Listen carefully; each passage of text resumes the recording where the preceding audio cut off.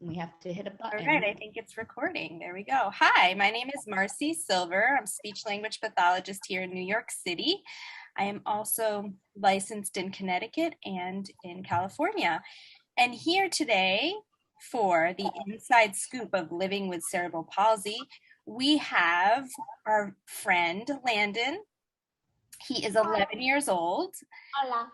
And sixth grader. So we are going to find out some interesting information about him to help others around the world and families, parents, etc. So take it away, Kayla and Landon and Katrina. What type of CP do you have? Do you need help with this one? Yes, please. Right. Right side. Spastic. Say it loud for them. Right spastic hemiparesis. Right spastic hemiparesis. That's a really difficult word to say for any of us. I always said side. He always says right side, which is fine because that's pretty much how we discussed it throughout his life. Righty, lefty. Righty was the one that we were working on. So yeah, that's a big word. But CP is much smaller. Yeah, well, at least, yeah, it's definitely a lot of syllables, a lot of sounds, and the hardest sounds to make, for sure. There's 4 words. What does hemi mean? Could you repeat that, Kayla? What does hemi mean? Do you know what hemi means? I think it means like half. Yeah, so that's true. It means half of your body, right? One side of your body works very well and the other one needs some areas that need improvement. Yeah. All right, Kay, keep it going. Do you have any siblings? Yes, 1 big sister. Tell us about her.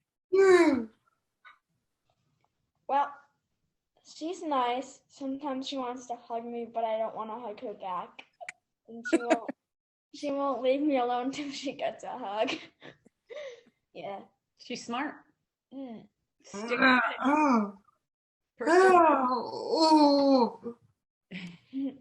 She asked how old? 14.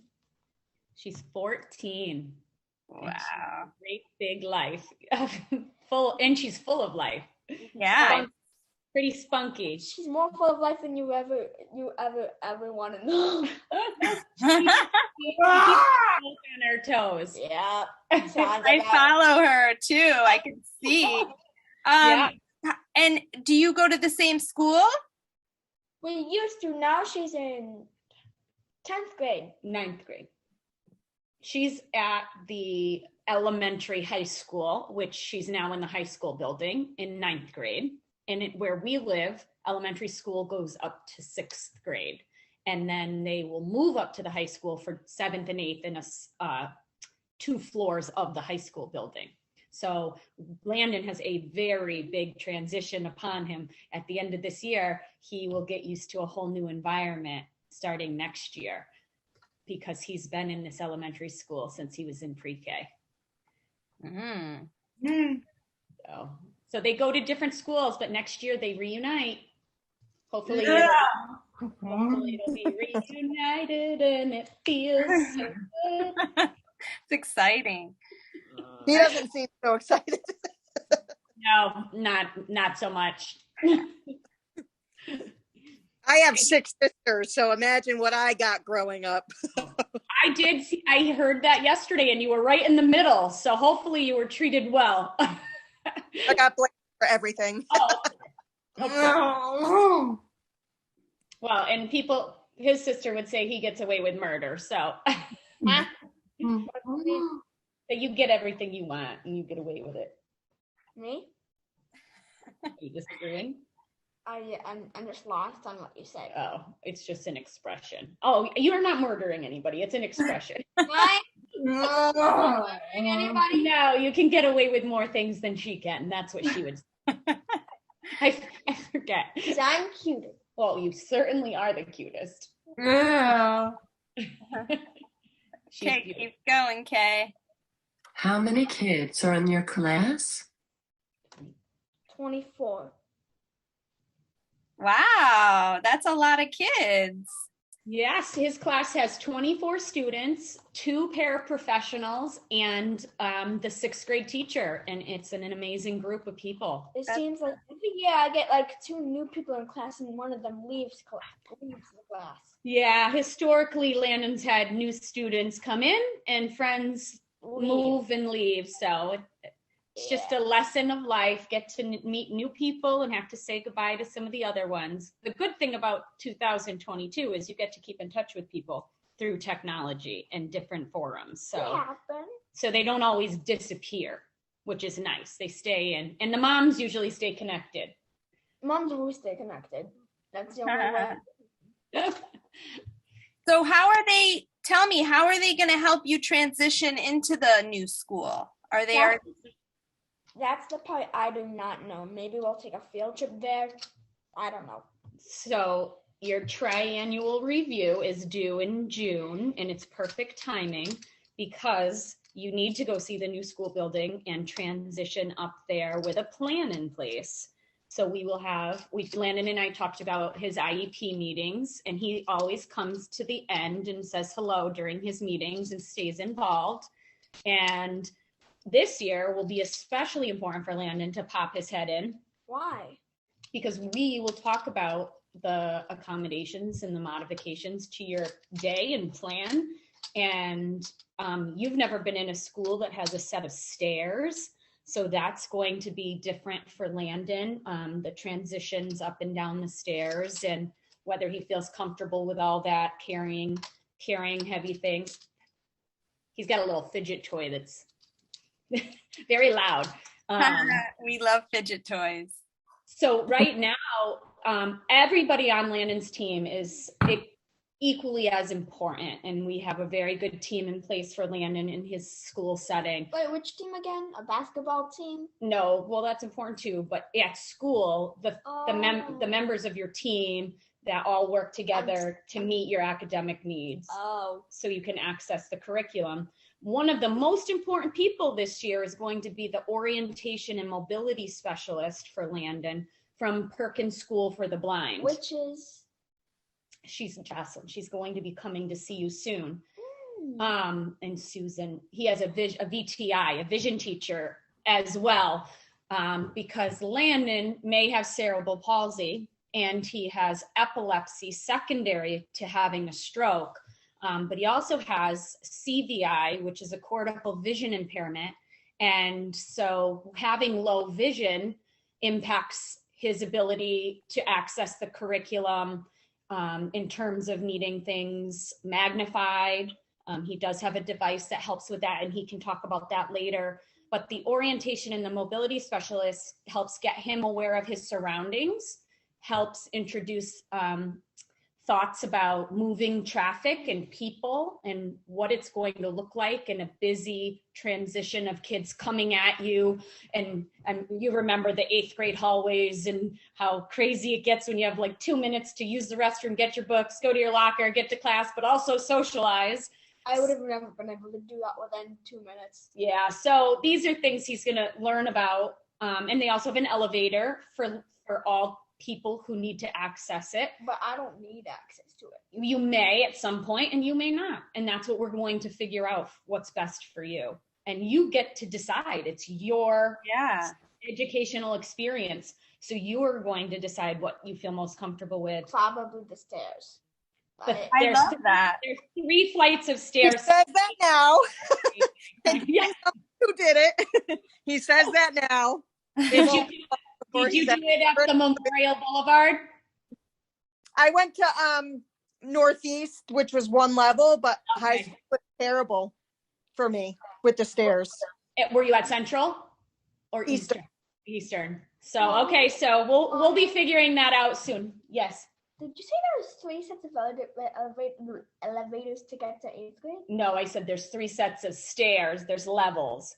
One thing that Landon, Two elevators. one thing that he tends to access are railings, obviously. But if he's going down a railing with the set traffic and righty needs to hold on to the railing and lefty's carrying a very big backpack, these are things that he's going to have to figure out with his core and, you know, in his eyesight and his vision and all of the things that kind of combine to maybe make things a little more difficult. And he's just going to have to practice and figure it out. And I know they normally don't allow it, but will they allow him one with wheels as an accommodation? A backpack with wheels? They may. They've been more lenient with COVID because students were having to carry so much back and forth and not have lockers and access to desks. Oh, I remember last year that they said to grab bags, and I had like one bag to carry on one side. Well, you had a suitcase. A suitcase and a bag the size of my stomach. I had to bring to class. So I feel like, excuse me, throw those out the way. Yes, two double-sized suitcases for me. You want double roll-offs? So he did have a rolling suitcase. One of the things that one of his accommodations is an Acrobat, and it's a vision magnifier. You know, it magnifies things for him to read. And that's pretty heavy. So I'm not sure what the plan will be for that for next year. Yeah. He's expected to pack it up and move it between classes.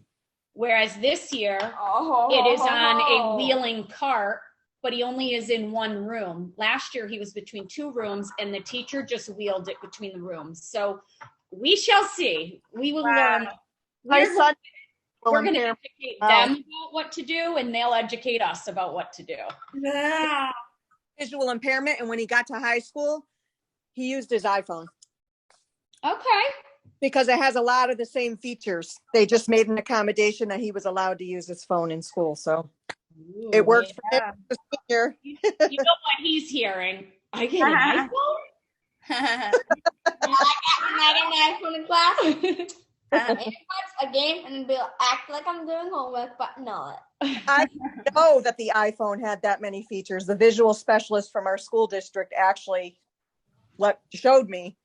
And it does a lot of the same things. Wait, they have one named Ashley? Well, Landon, I think what I learned, because I work with children who have different needs, and what I love to hear, especially from all of you, is that you don't want to be treated different. You want those stairs. You want to do what all the other kids are doing. So for me,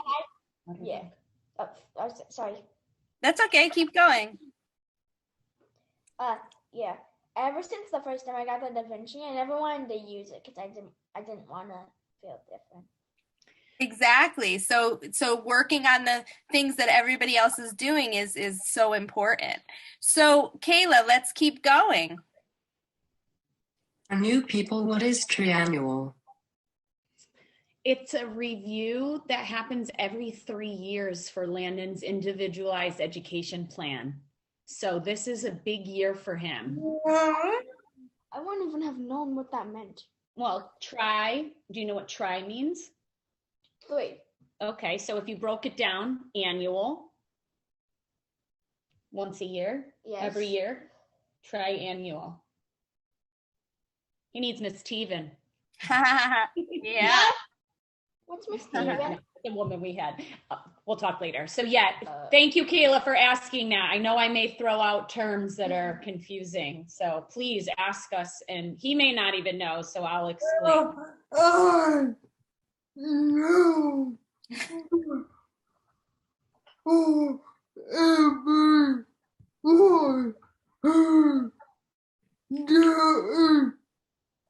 No. Yeah, you know all the terms. Yeah? Yeah. Do you enjoy school? Do you enjoy school? Only the parts that don't include math. I'd have to agree on that. Me too. Very different these days, Marcy. That Common Core stuff is so dumb.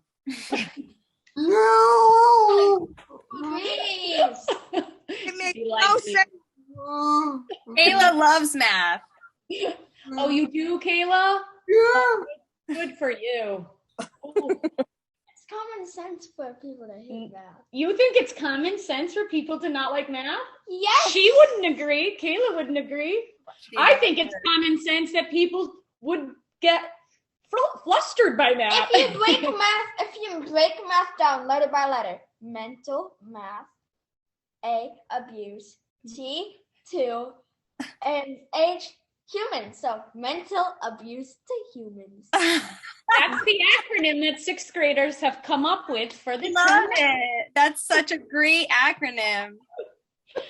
Oh boy, you did that on your own. Me? I'd have to agree. Yeah. Calculators don't even help me. No.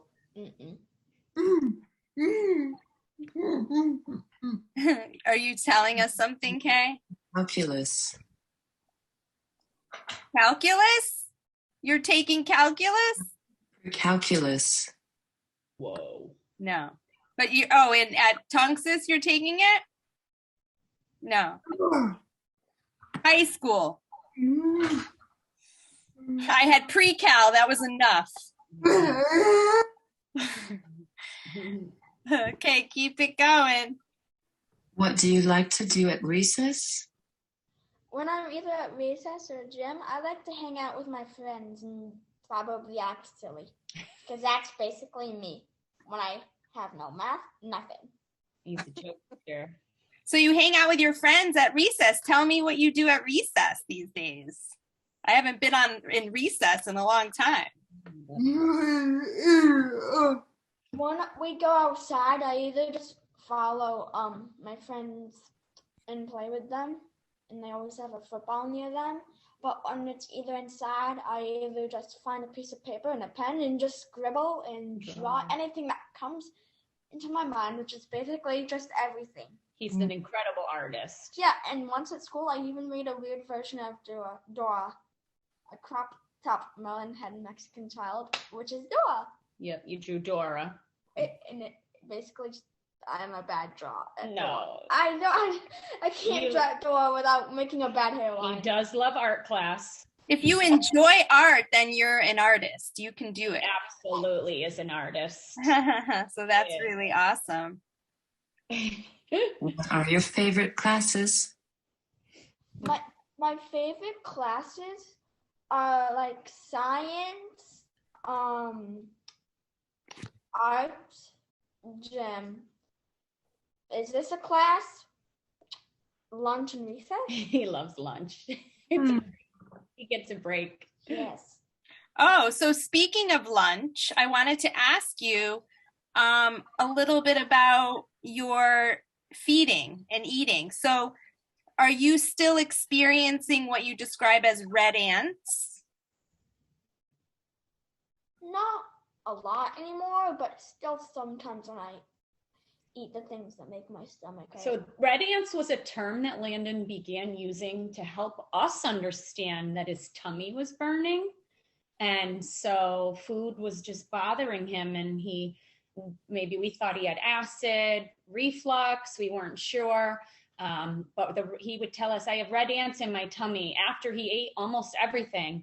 And we figured we had to go to some more doctors and a gastroenterologist and have some studies done, an endoscopy and a fluoroscopy and a stomach emptying test. And it did show the acid reflux, and they've put him on different medications to try to help with that. So the red ants is he refers to himself having triangle pain.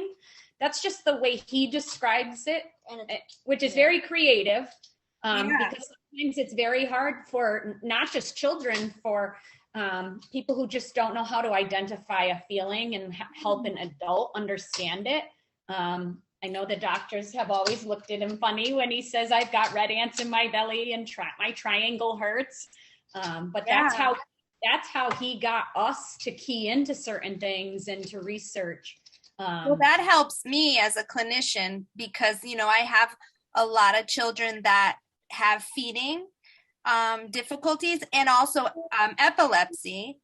And I know that when you are having an epileptic episode, instead of us as adults panicking, we can give it a positive term like rainbow zone or something like that. So do you have any terms for that as well?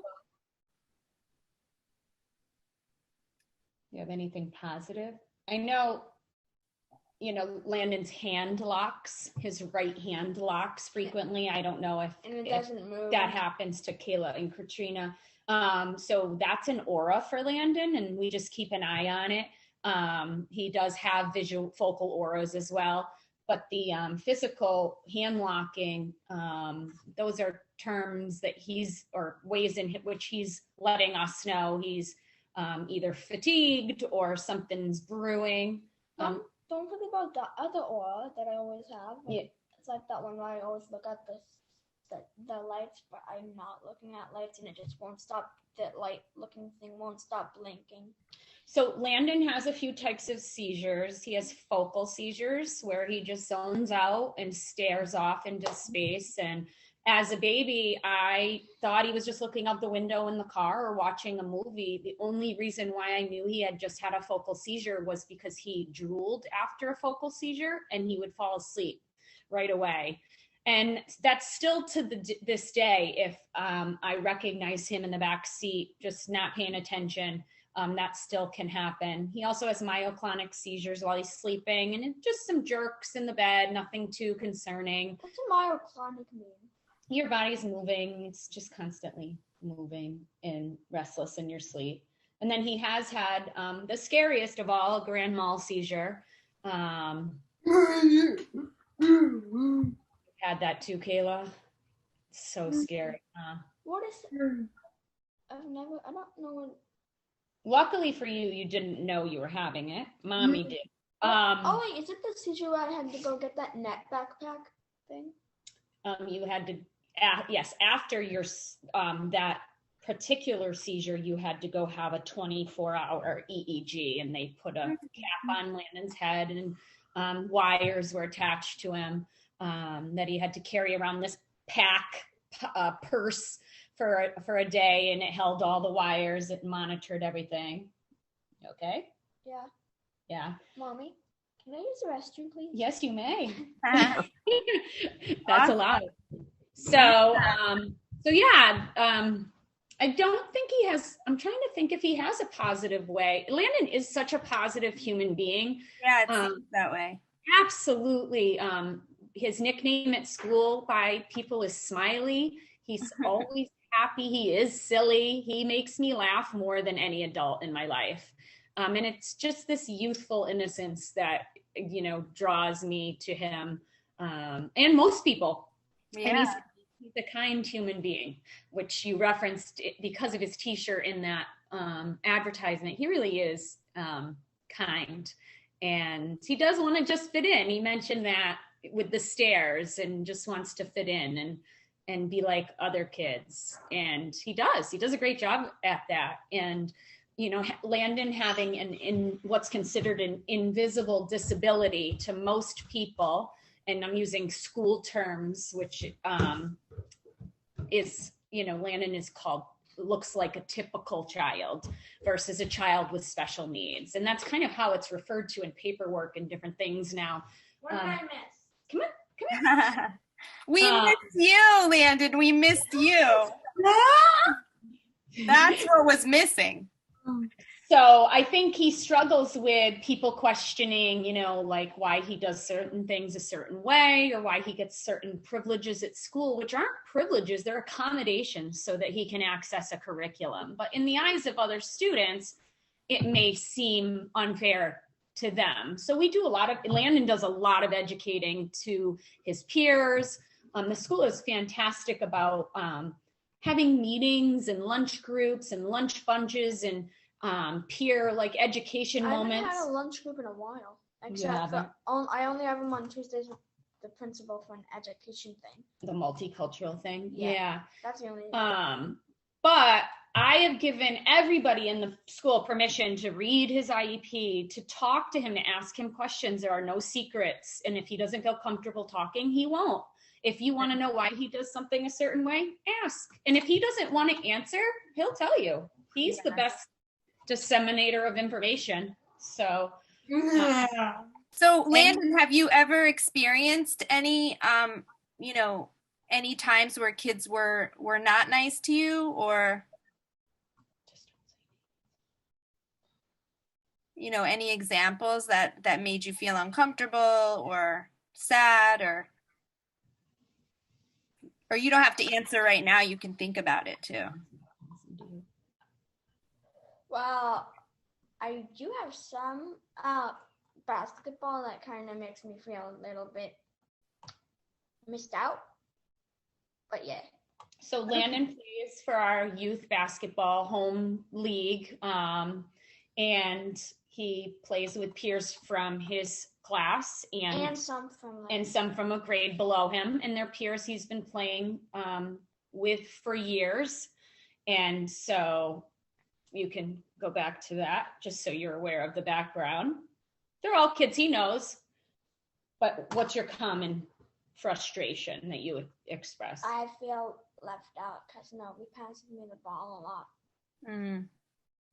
And I'm waiting for them. Well, that's awesome that you're going, you're playing, you're showing up. That's amazing. Yeah. Wow. Well, thanks for sharing that. Is there anything that, like, what do you think could be a solution to that? What maybe could you express or say to them? Or have you?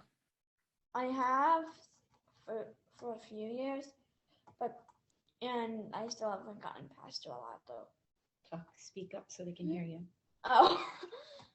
So Landon has expressed. I can hear you. Oh, okay. He has expressed feelings to the coach and to the kids, and the teaching moments absolutely occur, but in the just if you've ever played a sport and you're in a high, fast-paced energy situation, kids are kids, and we have adrenaline going, and it's exciting, and not everybody's listening to, hey, I'm open, or I'm open here. And so I know it's tough for him because he is wide open, and it is frustrating, and he does take the shots. He does go right in there, and he gets in there and grabs the ball, and he's a little bit aggressive, which is great. But I understand when he's under the hoop, and he could be the perfect person past you. Want to know something? I'm under the hoop and ready to pass. And that's what Coach wants. But they pass these people that are basically halfway across the land. I know. Getting used to practicing with a team and getting to know each other's styles and never giving up on them too. They're learning. Yeah. You're all And your mom was a goalie, soccer goalie. So you have that aggressive nature. I never played basketball. My kids, I don't know, they must have gotten it from somebody else, not me. Like daddy. Baby daddy, yeah. But they love it, and I encourage him to play and do whatever he wants. And I will never force him to do something. That he knows I will not force him. That's but good. he is welcome to try anything. Cool. Like. All right, Kay. What subjects are hard for you? At school. Yeah. So we've been learning new things in class like every day. Now in 6th grade, so basically tons of stuff. And math. Yeah.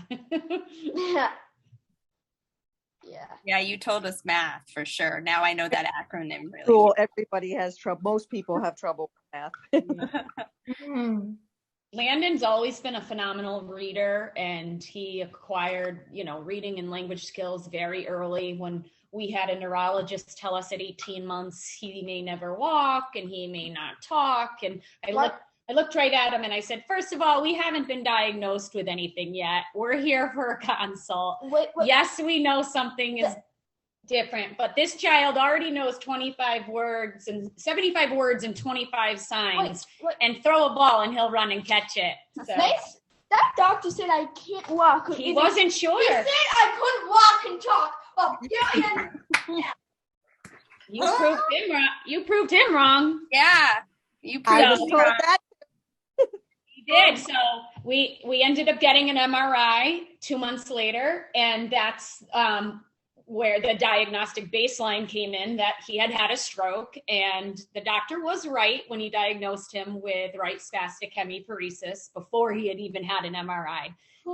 He was just trained to see that, but there was no way they were going to tell us what you couldn't do.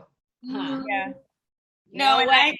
Not me anyway, as the human and I am. Yeah.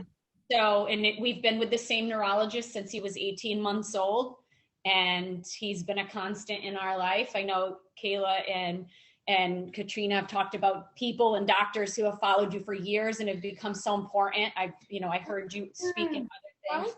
I'm stretched. Oh, I didn't know where you wanted me. You're like this. I'm sorry. Well, we're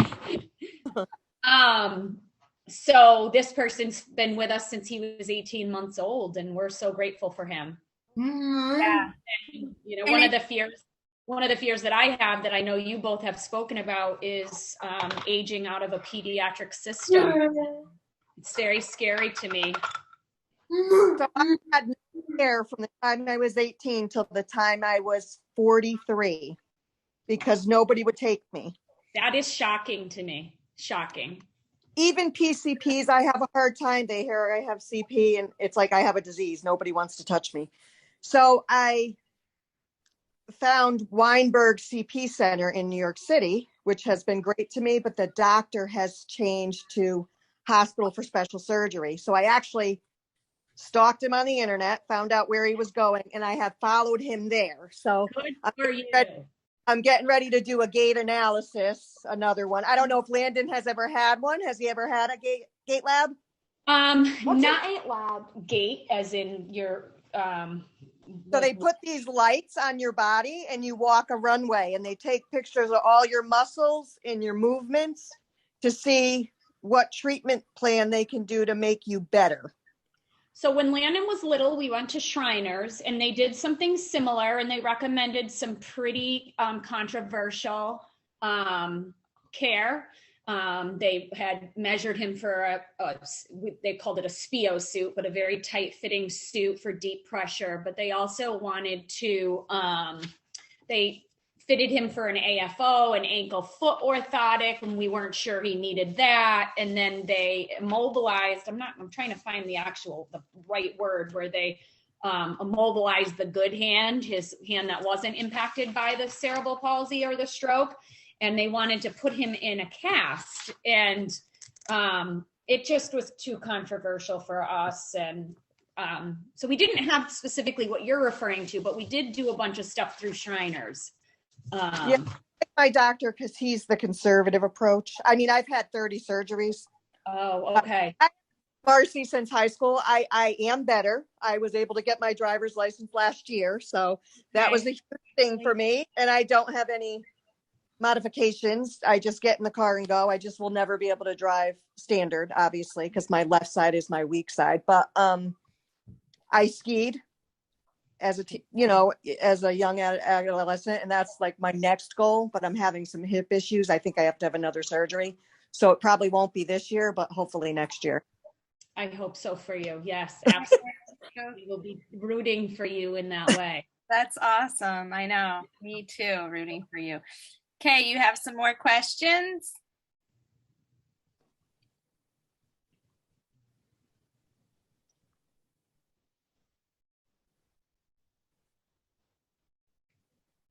Is she still there? I am switching to the hospital that I was transferred to after birth. Oh, okay. Is that who will provide your care now? Yeah, that's tricky. Ugh. Unfortunately, where we live, Learning? Sorry, you go. Unfortunately, what? Where we live, we don't have where we live in Massachusetts is very large. We don't have doctors close by that can meet the needs of Landon. So we go to Boston. We have to New drive. York. No, we don't go to New York. We go to Boston. Boston, New York. That's what you always say. Go to Boston, New York. No, we go to Mass General. We go to Boston Children's. We go to Perkins School for the Blind. We go to Bay State, which is in Springfield. We go to Cooley Dickinson now. So that's the name, Cooley Dickinson. So who takes care of his CP needs? So his neurologist, he's basically his main CP related doctor. We have a pediatrician, obviously, who's local, who we check in with. But the neurologist is an hour and a half away. If we go to one site, it's, 2.5, 3 hours, they say, to go into Boston. It takes us 5 to 6 hours to get into Boston. It's a full day. With parking and travel and just needing rests for a long time. I felt very uncomfortable as a young woman with a small child driving in and out of Boston alone. If he choked in the back seat, in his car seat on food or even water, Landon often aspirated on water, had aspirated pneumonia quite frequently. I just had this fear. And so, I was fortunate. My dad, who was in Connecticut, would meet me halfway, and we'd jump in the same car together. And of course, his father came to certain appointments, but we also had another child home to take care of, and your sister. So not having people and medical professionals close by has been worrisome, because you do have to just pack up and leave. And last June, we had a little scare with Landon. And my heartbeat. His heart rate dropped super low. And So how low? like in the 30s, 26 to 30. And so the pediatrician sent us we were given some misinformation over a 2-day period by a walk-in clinic. You're making me scared already. I want to check my heartbeat.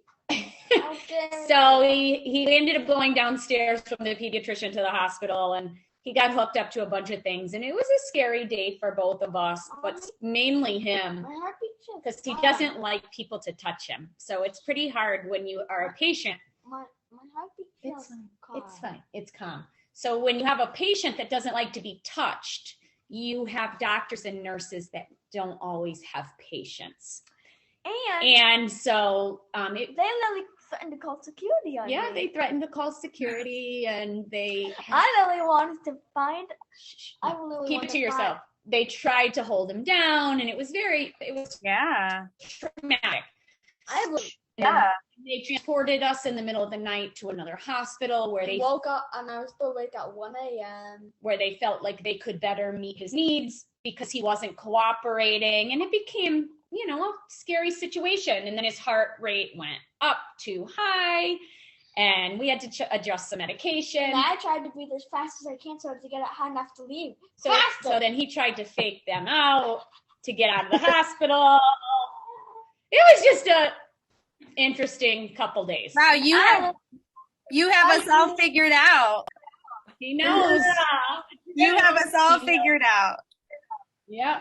I love it. All right, Kay, keep going.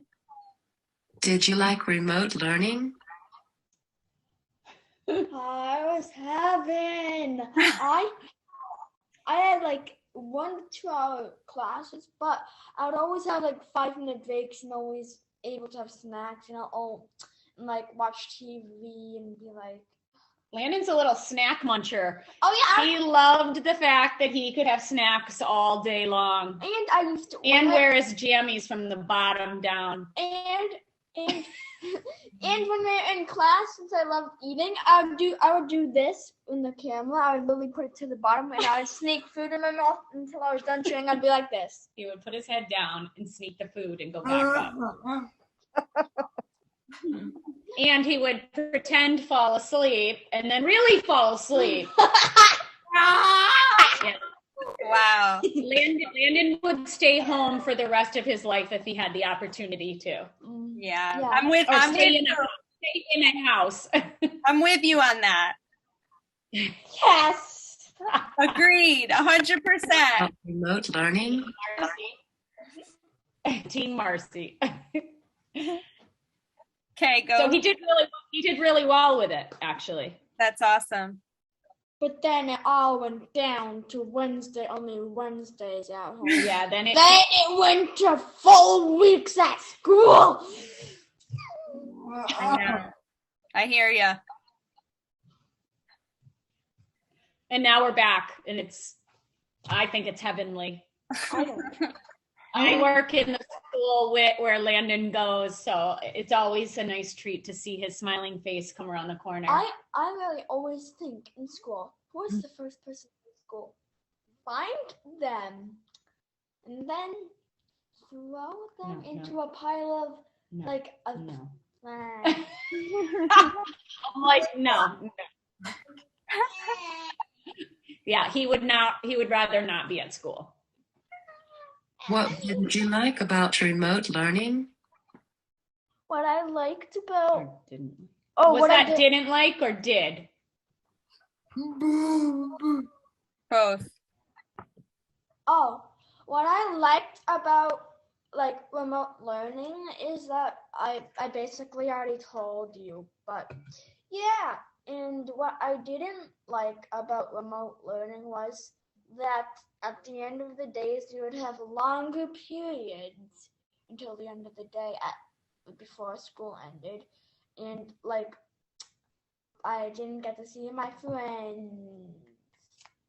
Yeah, they had a weird setup where they split kids in half days, so he wasn't always privy to the full class and his friends. So Got it. All right, Kay, keep it going. You're doing great. After school? what do you do after school? What I do after school is like I always love to go to my favorite and play with my action figures, or either play on my phone and just probably take a nap or chill. Yeah, Landon's pretty tired at the end of a school day. Yeah, I could really fall asleep instantly in the car and then wake up at home. And That's exactly what he does. And it would take an hour for mom to get stuff at what is it called again? Aldi's. Sometimes I say, we have to go to Aldi's. You can't fall asleep. And no, he's asleep before I pull out of the school parking lot. So what time do you go to sleep at night then? Sometimes I go to bed at 9, 10, 11. I haven't done it in a while, but last week on Friday when we had that snow day off, since we didn't have school that day, then Thursday night, which led into Friday, I stayed up all night until it was Friday, and I never went to bed. Yeah, he sprung that on me yesterday. But on a school night, we start to shut down at 9. Hopefully by 9:30 we are gonzo. But sometimes at school nights I usually go to bed at 11 or 10. Yeah, mommy's on him though, because I'm the one who has to wake him up and get going. And And I can't be late because I have to be there to let kids in, so I can't be late. She knows that I stay up late when I wake up at 10. I know. It happened today. But anyway, regardless of that, you are easily fatigued after a full day. Oh, I always am. I'm fatigued by when it reaches the halfway point, even more than halfway. So Landon not only physically fatigues, based on his core and how hard his muscles work to get through each day, but also the visual fatigue is very real for him with the cortical vision impairment. Yeah, I can imagine. And then, so how long is the nap? Like, how long do you nap? It's either when I'm in the car, basically either probably an hour to 10, or when I'm at home in my bed, I either just fall asleep for 2 to 3 hours. Okay. He could go to sleep for 2 to 3 hours after school and still go to bed by 10 o'clock at night. That makes sense. Yeah. The car one, he usually falls asleep when we're leaving the parking lot at school. I run a couple errands, the post office, the local stuff, get a coffee, read a magazine in the car. By the time we get home, it may be an hour, or we go pick up his sister up at practice, which is another half-hour ride. And by the time we get home, he's had enough to get him through the rest of the night. For sure. What therapies have you had? I have had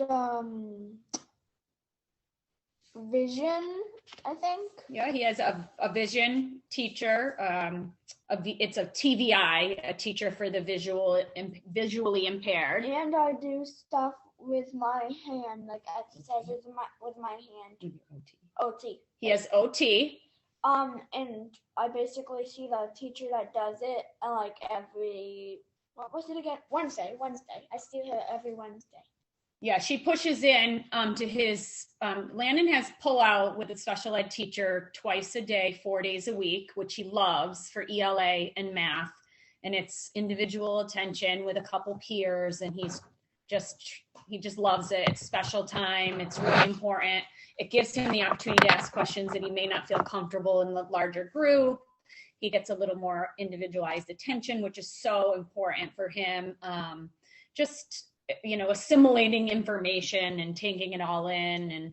And he has OT during one of those times. He's always had OT. That's been a constant. Once he was diagnosed at 18 months or 20 months, once the MRI was done, he was receiving 5-day-a-week in-home services through our United Cerebral Palsy team. And we had these amazing women who I'm still in touch with to this day. I'll tell you after, I'll remind you after. And they came into our home and they became family. And so we've experienced one transition that, you guys can relate to, Katrina and Kayla. He aged out of birth to 3, and it was so traumatic because he knew these women. They were in our home, they became like family, and then they were like, okay, we can't see you anymore, and now the school has to take over. And it was so difficult. Thankfully, one of the women had a contract with our school, so his Perkins School for the Blind TVI followed him from birth to 3 to the school. And then he had to meet a new OT and a new speech and language pathologist at the school and a new PT. Now, Landon could access the curriculum for PT, so he was pretty much just put on a consult. We did years of investigating, but he had a little right side weakness of the foot. It dropped, and it was a little bit heavier than the other side, but he could access the curriculum. So he was basically discharged from PT. And what we saw the most problem with was when he would transition over thresholds from like outside to inside, or vice versa, if his glasses didn't transition, or if there was a piece of metal between door frame that may be slippery, and then there were tiles on either side that if they became wet, they were slippery. That's where we were finding the most difficulty. That's where he fell the most. I would either fall, then when my glasses were turned black because of the sun, whatever you said about it. They don't transition fast enough, so you have fallen on your face. And I fog up and can't see, and they fog up faster. Yeah. So he's like, during fire drills, one of the things that led us to amend his IEP last year, during a fire drill, he transitioned outside and he tripped on a stick in the grass that he didn't see. And I broke this. And he fell on his face and broke his glasses. And then it was determined that Landon absolutely needs to transition out with a para who can help guide his way and pull him out a little bit earlier. And just because it's so loud and it gets a little chaotic. So the orientation and mobility specialist met with our team of people at school, and they came up with a plan. But Landon has historically had difficulty with curb cuts or like changes in grade and curb and ramp. So basically, ramp height. I have that too, and I don't have a visual impairment. I mean, I'm blessed with that, but I have that with descending and all of that.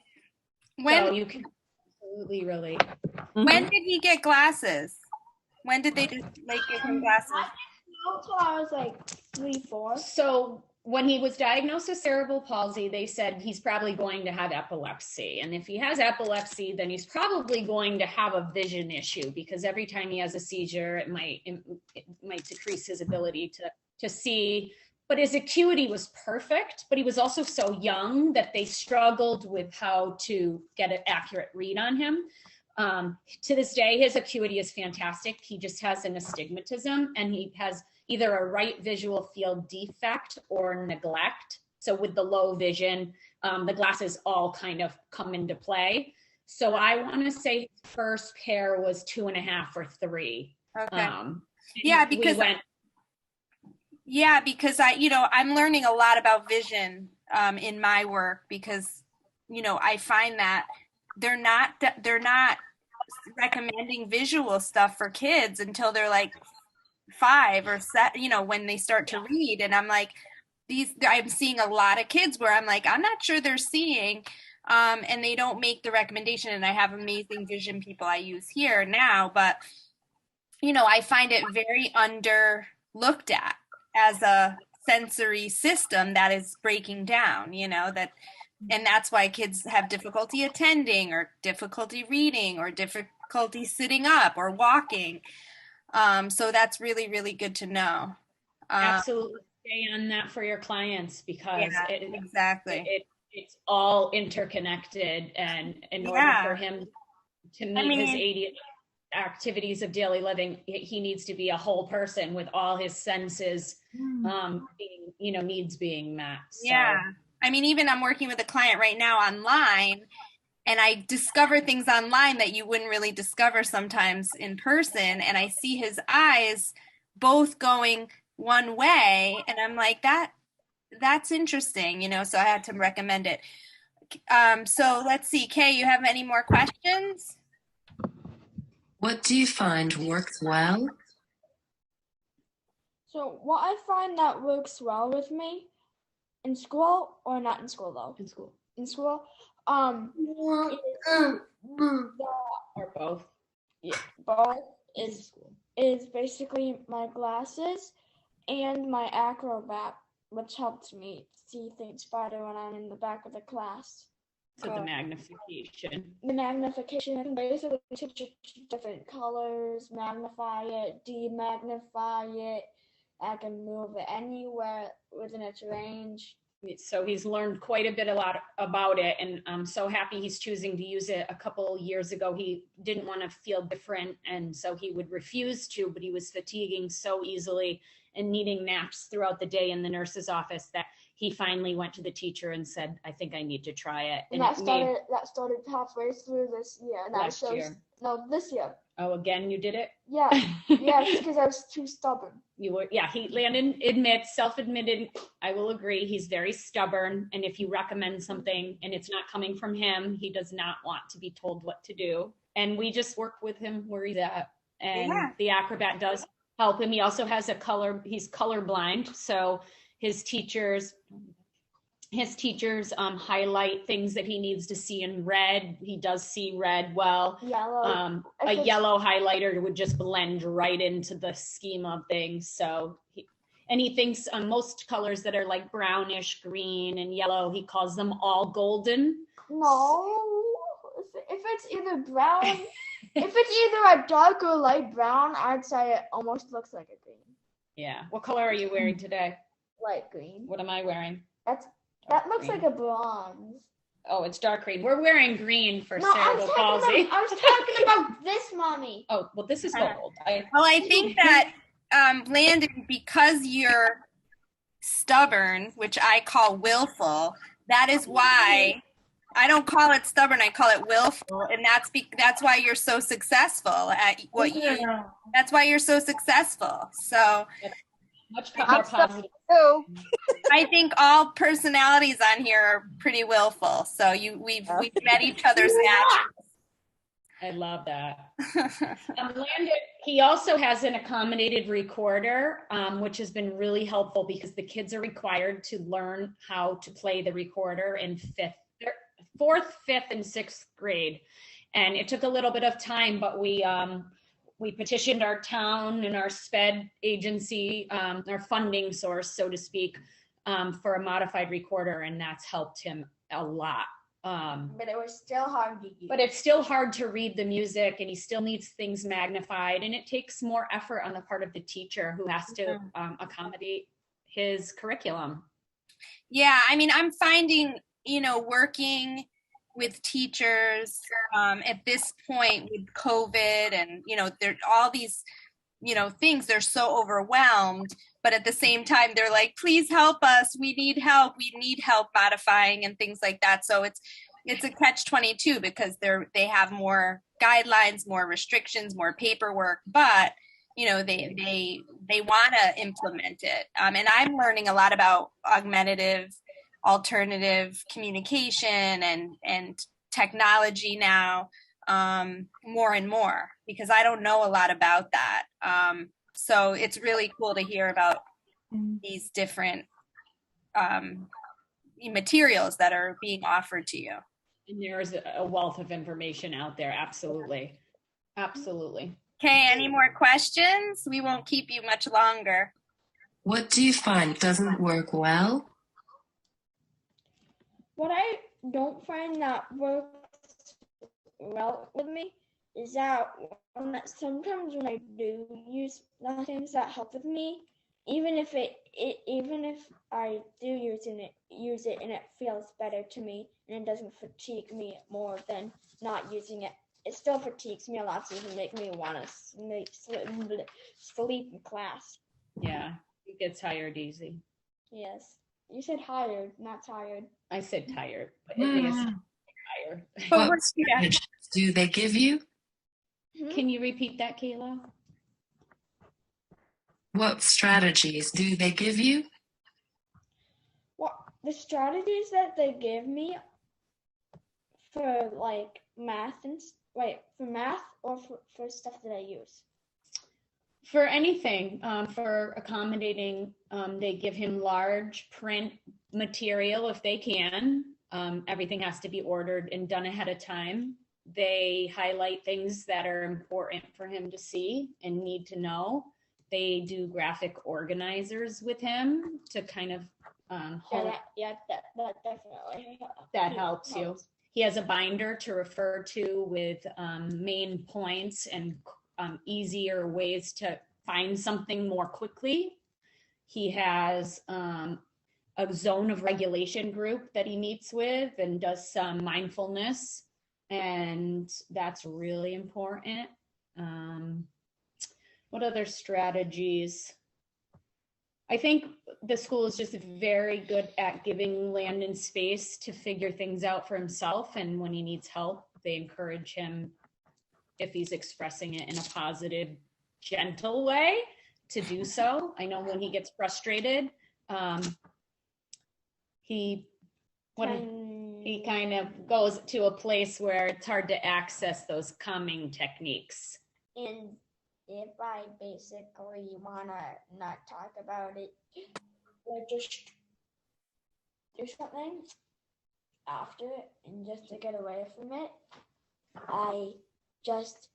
and people still like want to ask me why I did that or something like that, I will tend to, my brain or my head, what's it called again? My lid would flip up and I'd go angry. So he gets angry and he calls it flipping a lid. Yeah, since 2022, I've gotten more and more thin on ice. If you know what I mean. People are on thin ice with you more and more. No.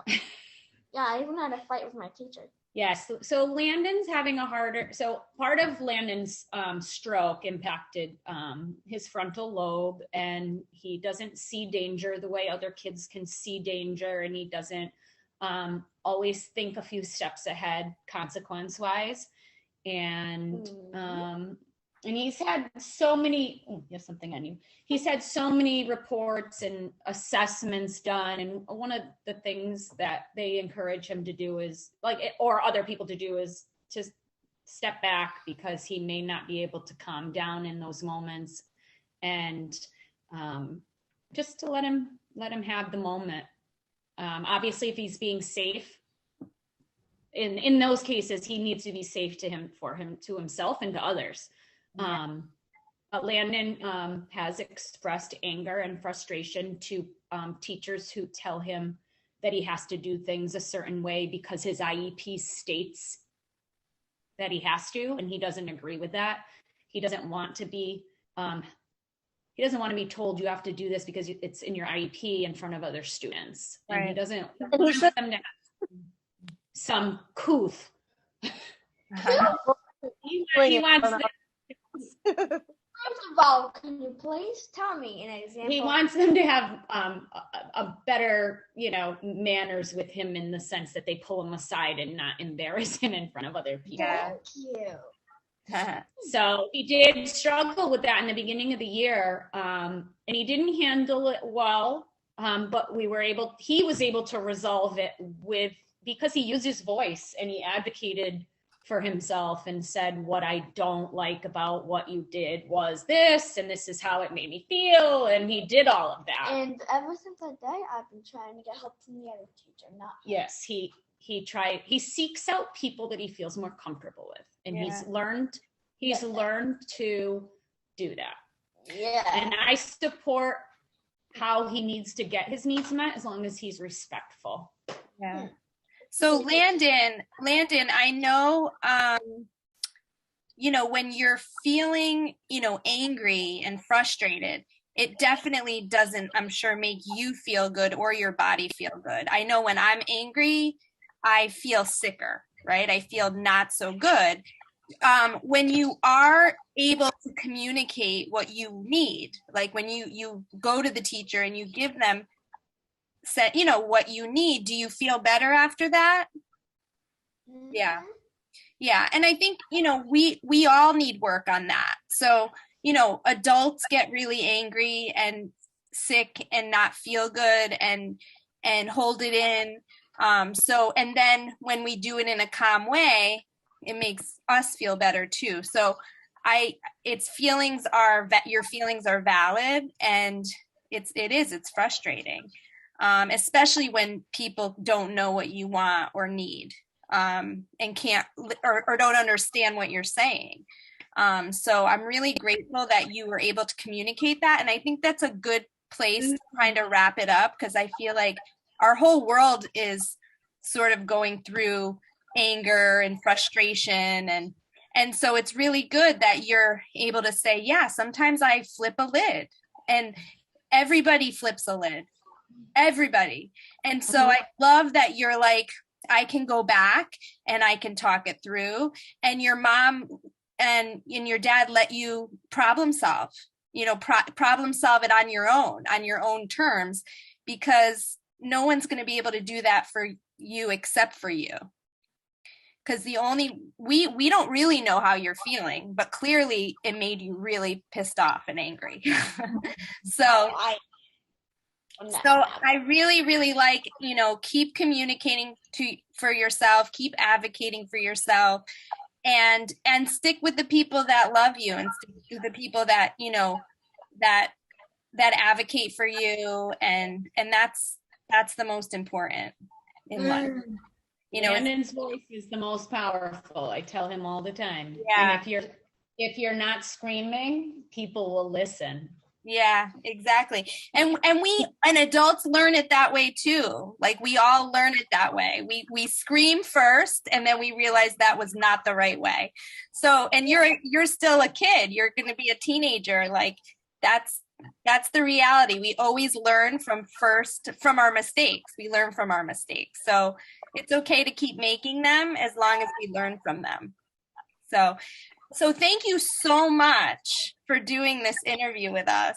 It was so helpful. You're welcome. Did you have fun? You did. We loved having you. And hopefully we can have you on again. And if there's something you want to do for UCP month, you let us know, because we'll have you back.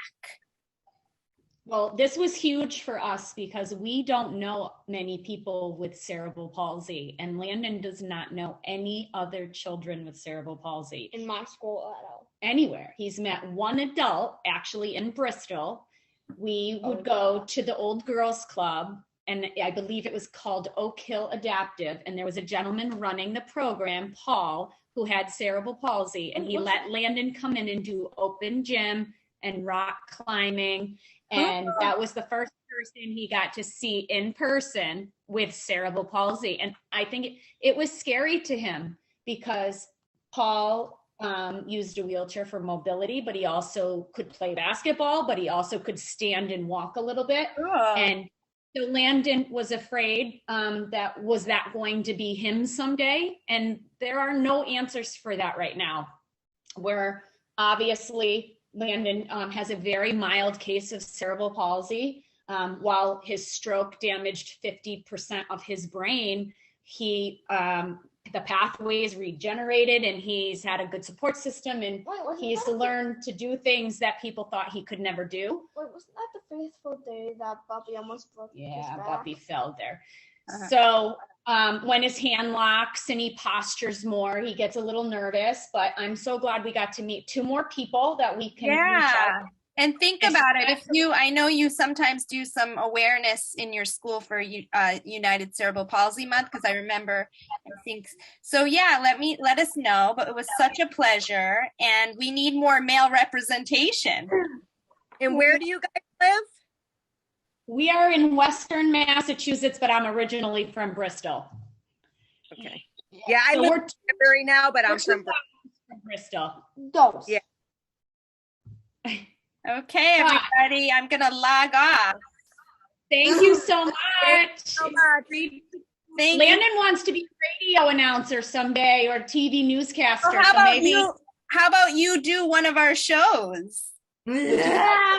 On a show one day? Sure. He does the announcements at school. I think he could try that. Yeah, so maybe we can get a male, a male adult or kid, and then you can interview him. You can do the interview like Kayla did for you. How about that? Yes, Well, I do. he can be on the show when Dr. Selber's on, Mars. That's true. Yeah. So my daughter is going to be part of one of our podcasts. So yeah, we're going to try to get her doctor on here for great. month. Yeah. That'd be exciting. Kinds of stuff. Every case is different, so he could think up a bunch of questions that he wants to ask him. Yeah, that'd be amazing. All right, so we'll let you know. We'll let you know what day. So we're friends now, all of us. We're going to stay in touch. Yeah. Okay, keep us posted. I'll miss you. Bye. Thank you so much. Bye.